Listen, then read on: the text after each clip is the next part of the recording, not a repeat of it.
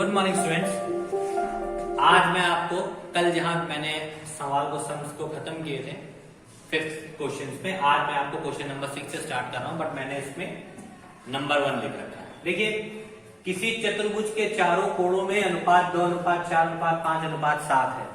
प्रत्येक कोण की माप ज्ञात कीजिए। ठीक है, जब कभी भी सम्स में आपको अनुपात दिखे तो आप एक लाइन याद कर लीजिए कि सभी कोणों में अनुपात x होगा। तो लिखिए यहां पे, माना सभी कोणों में अनुपात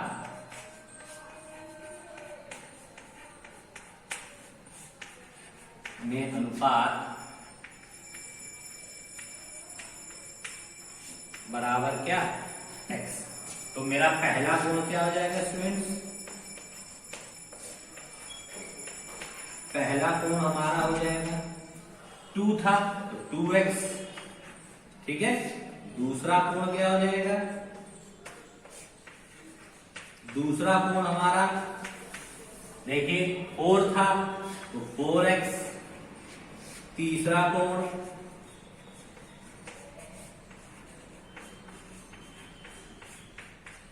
हमारा था 5 तो 5x।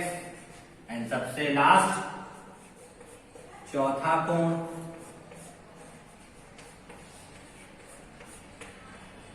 7 था तो 7x।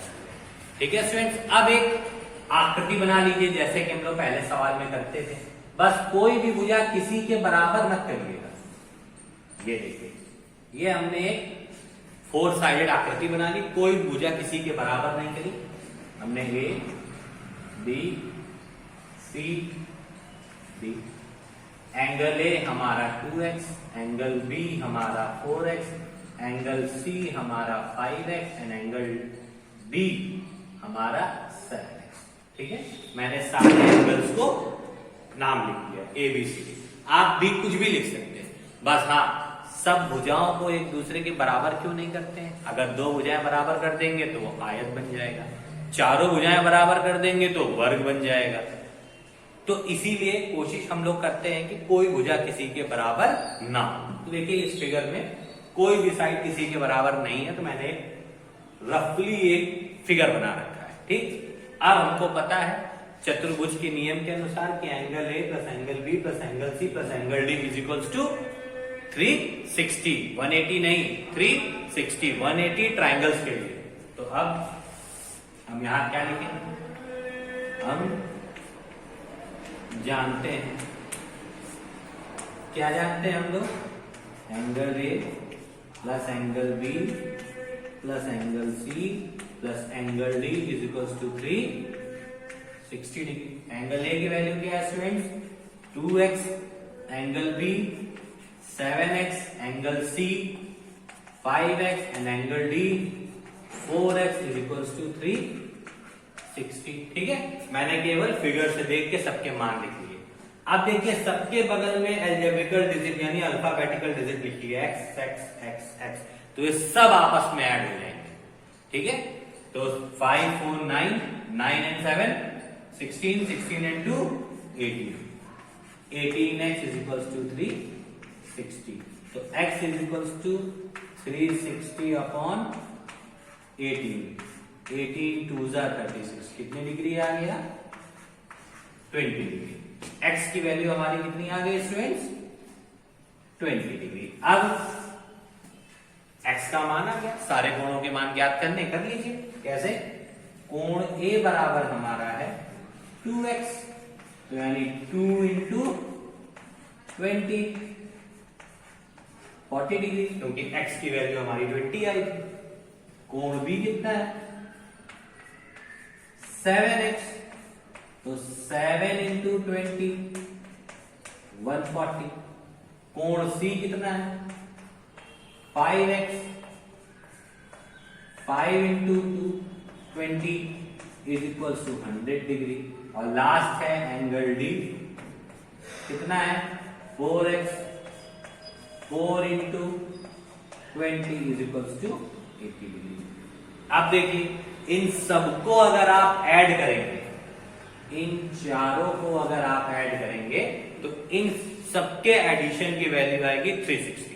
इसका मतलब ये क्वेश्चन मेरा पूरी तरीके से करेक्ट है, इसमें कोई भी गड़बड़ी नहीं है।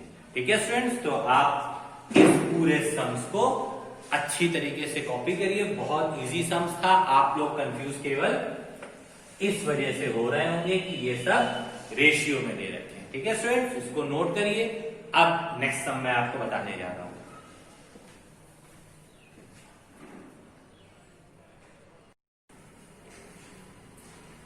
देखिए स्टूडेंट, दूसरा क्वेश्चन है, किसी समांतर चतुर्भुज में आसन्न कोणों का अनुपात 2:3 है। देखिए समांतर चतुर्भुज बना लीजिए सबसे पहले।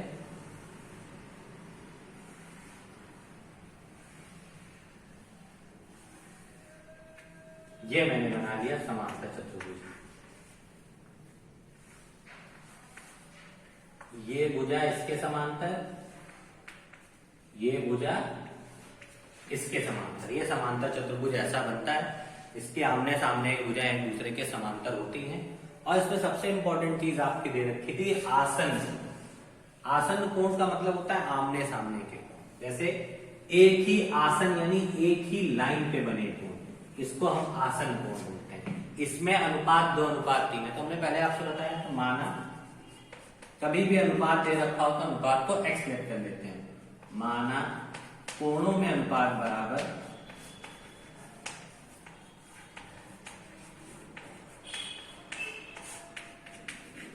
आसन्न कोण मतलब एक ही लाइन के कोण।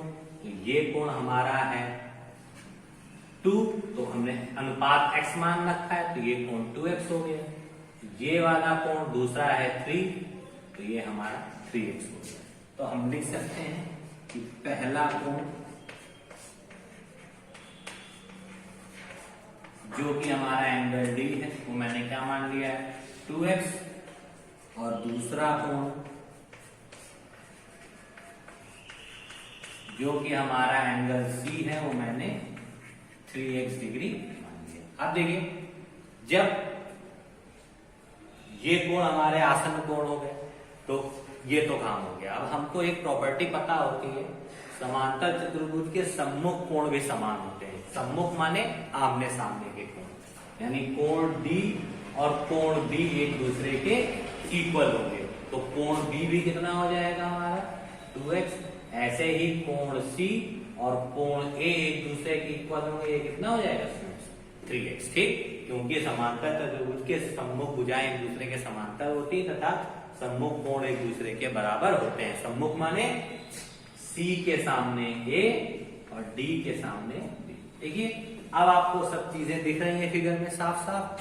अब प्रॉपर्टी लगा दीजिए, angle A plus angle B plus angle C plus angle D is equals to 360। अब लिख देंगे। ठीक, हम जानते हैं, क्या जानते हैं students, angle A plus angle B plus angle C plus angle D is equal to 360। Angle A की वैल्यू क्या है 3x, एंगल B की वैल्यू क्या है 2x, angle C 2x, angle D 3x is equal to 360। वही चीज सबके बगल में x लिखा है, तो सब ऐड हो जाएंगे। 3 2 5, 5 2 7, 7 and 3 10, 10x is equal to 360।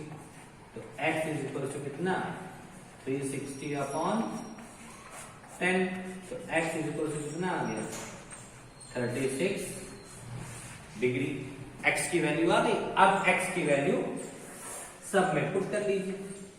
Angle A is equal to कितना है 3x, यानी 3 इंटू 36 108 डिग्री। एंगल B कितना है हमारा 2x, 2 into 36 72 degree. Angle C कितना है हमारा फिर से 3x, तो 3 इंटू 36 10। एंगल D कितना है 2x 36। तो ये चार हमारे एंगल निकल गए। इन चारों को आप ऐड करोगे तो आपको 360 के इक्वल आएगा। इससे ये कंफर्मेशन हो जाएगा कि मेरा ये क्वेश्चन भी करेक्ट है। तो आज आपको मैंने स्टेटमेंट वाले सारे सम्स बता दिए हैं। कल इसी के फिगर वाले सम्स हैं, मैं आपको कल फिगर वाले सम समझाऊंगा और आपकी एक्सरसाइज कल ही ये खत्म हो जाएगी, लेसन 12। ठीक है, तो स्टूडेंट्स सारे सम्स को नोट करिए, जहां भी कुछ ना समझ में आए तो पूछिए, और इन सब फिगर्स को भी आप कोशिश करिए कि कॉपी में साफ साफ स्केल के थ्रू बनाएं और देखने में जो अच्छा लगे। और कुछ भी नहीं आता है तो आप ग्रुप में मैसेज या कॉल के थ्रू पूछिए। Now thank you students and have a nice day.